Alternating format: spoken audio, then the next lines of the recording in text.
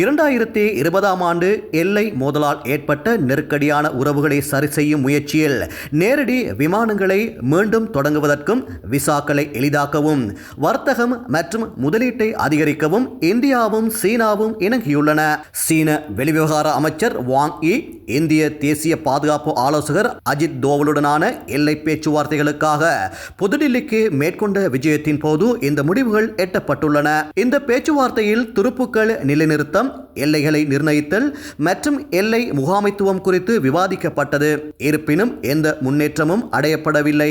2026ஆம் ஆண்டில் சீனாவில் மீண்டும் சந்திக்க இரு நாடுகளும் ஒப்புக்கொண்டதாக பெய்ஜிங் தெரிவித்துள்ளது. இதனிடையே இந்தியாவுக்கும் சீனாவுக்கும் இடையிலான நிலையான கணிக்கக்கூடிய ஆக்கப்பூர்வமான உறவுகள் பிராந்திய மற்றும் உலகளாவிய அமைதி மற்றும் செழிப்புக்கு குறிப்பிடத்தக்க பங்களிப்பை வழங்கும் என இந்திய பிரதமர் நரேந்திர மோடி வாங் யியை சந்தித்த பிறகு எக்ஸ் தளத்தில் பதிவிட்டுள்ளார். இந்நிலையில் 7 ஆண்டுகளுக்கு பிறகு சங்காய் ஒத்துழைப்பு அமைப்பு உச்சி மாநாட்டில் கலந்து கொள்வதற்காக இந்த மாத இறுதியில் மோடி சீனாவுக்கு செல்ல உள்ளார். இதேவேளை சீன இந்திய உறவுகளின் நிலையான மற்றும் ஆரோக்கியமான வளர்ச்சி இரு நாட்டு மக்களின் அடிப்படை நலன்களில் உள்ளது என்றும் பரஸ்பர நம்பிக்கை மற்றும் விரிவாக்கப்பட்ட ஒத்துழைப்பை வலியுறுத்தியதாகவும் வாங் யி அஜித் டோவலுடன் தெரிவித்ததாக சீன வெளியுறவு அமைச்சு தெரிவித்துள்ளது.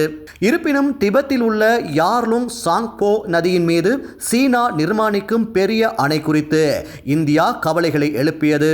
இந்த நதி இந்தியாவிலும் பங்களாதேசிலும் பிரம்மபுத்ரா என அழைக்கப்படுகிறது.